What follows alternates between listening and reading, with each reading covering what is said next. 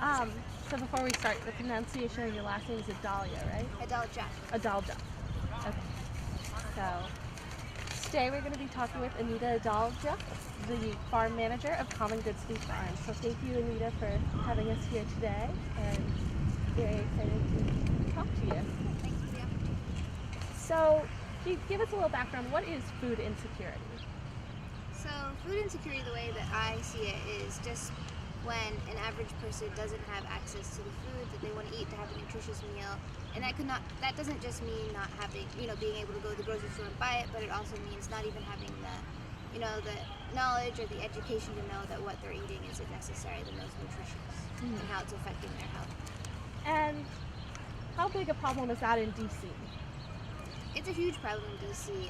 Just in this area alone, this is LaDroit Park, 1 in 5 individuals is considered overweight or obese. 1 in 10 is either already diagnosed with diabetes or on their way, and that includes children as well. The nearest grocery store in LaDroit Park is over a mile away. There's not really any access to affordable or healthy fresh food. And compared to other urban areas, I know in Chicago, it's about 1 in 6 individuals. 1 in 5, that's overweight, or 1 in 10 who have diabetes. That's incredible. So, kind of touched on this, but the World Health Organization identified 3 different facets to food insecurity. One being the lack of food available, one being lack of food access to food, and the third being lack of knowledge about food use and nutrition. Which do you find is most pressing in DC? Indeed, I think it's a combination of both. I definitely don't think it's that there's a lack of food. I definitely think it's a combination of both the access and the education. There's, like I said, in this neighborhood alone, if I wanted to buy, lettuce or collard greens, I'm not going to really have access to it. But at the same time, the knowledge to know how to prepare that kind of food. So here at Common Good, we grow a lot of those vegetables, but a big component of just distributing that food is also, along with it, is just teaching people how to cook that food. I think, home ec classes aren't even taught in high school anymore. So, even our youth aren't learning how to cook the food. So there's, growing up in families where they're making boxed meals or microwave meals, there's just that missing component that just, even having the food at your table, you're not going to even know how to prepare it. And how do you, at Common Good City Farm, help people figure out that missing component? So we have a lot of different programs here at Common Good. Our main program works with low-income community members, and in exchange for their time on the farm, volunteering, learning how to grow food with us, we distribute up to 10 pounds of produce per family during the growing season. So there's that piece for food access. We're allowing people to have access to food. But then we also have an outdoor kitchen space with propane stoves. We do a lot of food demos. We prepare healthy meals and provide recipes that are easy to prepare at home. And how many people have you sort of been able to touch with Common Good City? It's hard to count the exact amount, but in that program alone, last season we had 60 participants, 60 families from the community coming through, and this year we hope to have similar enrolled. And then we work with after school. We have an after school program, so we work with just local youth and also neighboring high schools as well and grade schools. Have you found that they've sort of retained this knowledge and used it in their own home? Yeah, I mean, it's really exciting to see that happen with the youth. So we'll have, kids grow their own food, harvest it, and then prepare it with our kitchen, and then we send them home with that food and just easy to prepare recipes that they share with their families. And it's just really exciting to see them try that, grow the food and then eat it and then share it. And oftentimes their parents will come on the farm the next day and be interested in our programs just based on what their kids have brought home and shared with them. And I mean, it sounds like you guys are doing a great job sort of reaching out to them, but that being said, there's 60 people, 60 families. How else do you hope to sort of get out to the bigger community at large that's suffering from food insecurity? We do a lot. So one of the things that we're interested, our vision at Common Good City Farm is to be a replicable model. So we would love to go into other areas where there's similar food access issues. Any ones in particular? Anacostia, there's some in Northeast that we've been thinking about as well. There's a lot. What's really great about DCHA is there's a new initiative to have, green sites or community gardens. DCHA is the Housing Authority of DC. So that's public housing, Section 8 housing. So they've been doing a lot of different programs, have community gardens, raised beds, Just right across the street, Kelly Miller, that's a BCHA property. We built 6 raised beds over there, and we're teaching the residents how to grow their own food. So we, have hopes of doing that all over DC. And you mentioned raised bed farming, which is a unique technique in urban areas especially. Can you just tell us a little bit more about that and how that's able to help people? So one of the biggest issues farming in urban areas is soil contamination. We're lucky here at Common Good because this used to be a baseball field, so it was all clay, so we didn't have any issues with lead, arsenic, which is oftentimes found in old lots or in the cities. So a lot of the lots where people want to start growing food could be an old gas station, so that you're not going to be able to grow right in the soil. So raised beds offer an alternative just by having the soil above ground growing in them. So yeah. And can you just give us a little background? What do you guys grow here exactly? So we're a diversified vegetable farm. We're all no-tills. We do everything by hand. And we're not certified organic because it's cost prohibitive for us, but we do everything naturally grown. But we grow collard greens, kale, tomatoes, okra, eggplant, peppers, cabbage, lettuce, beets, carrots. Yeah, all sorts of things. We also have a small orchard too. Peach trees, apples, pears. Julie, you might want to re-ask that because it was kind of windy. Yeah, do you mind if we just... so can you tell us a little bit about what sort of produce you guys grow at Common Good City Farm? So we're a diversified vegetable farm. We're all no-tills. We do everything by hand, and we're not certified organic because that's cost prohibitive. But we do everything naturally grown. So we grow a lot of the crops we grow are very popular in the neighborhood too. So we choose to grow crops that we know the community members want to eat. So that could be kale, collard greens, tomatoes, cabbage, beets, carrots, lettuce, Swiss chard. Just looking around and seeing what are green beans. All sorts of things, and we have a small orchard as well. And so this spring must be a big season for you guys. How many people do you think will have access to your food by the end of the season?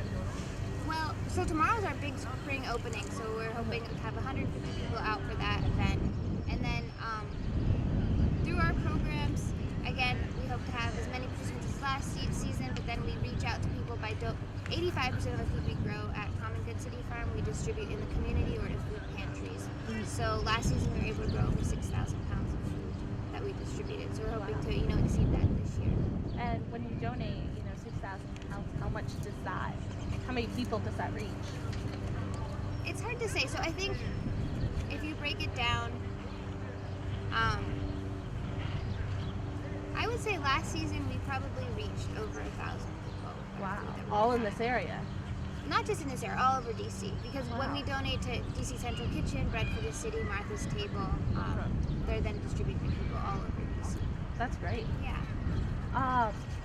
So besides raised bed farming, I know you mentioned a couple other techniques.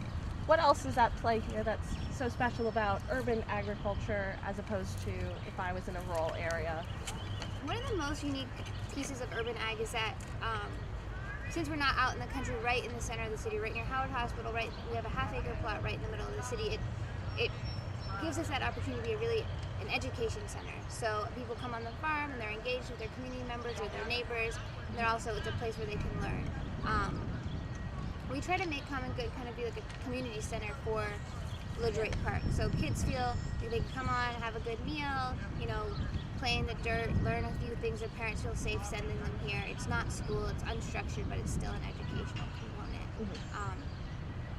And then LaDroit Park is a gentrifying area, so a lot of the urban farms that are happening are happening in very, tense gentrifying neighborhoods. So here we have, Section 8 housing, but then we also have single-family row homes. So we're kind of right in the middle of that, and I think what we like to see Common Good as is this place where people can come together over growing food. So, get over those issues that are happening, meet your neighbors, feel less tense about what's going on. And the other thing is that this is city land, so we're on a year-by-year lease. This used to be a baseball field in a school, and there's threat of development. So if we're here, at least there's not high-rise condo coming in. So we're kind of taking that opportunity to make this a great to rent this land off the city. Yeah. So I know you said you do a lot of work with kids. I know when I was a kid, and even still today, I was a bit resistant to vegetables. Do you find that's the case, or do you kind of watching the kids, or as they watch their own food grow, that they're more receptive to healthier options? I've yet to work with a kid who didn't eat something that he or she grew, which is really exciting. So, you know, he planted that seed, that carrot seed, and he watches it grow and then pulls it out of the ground and cooks it or eats it raw, and he's going to eat it and take pride in that. Yeah. Let's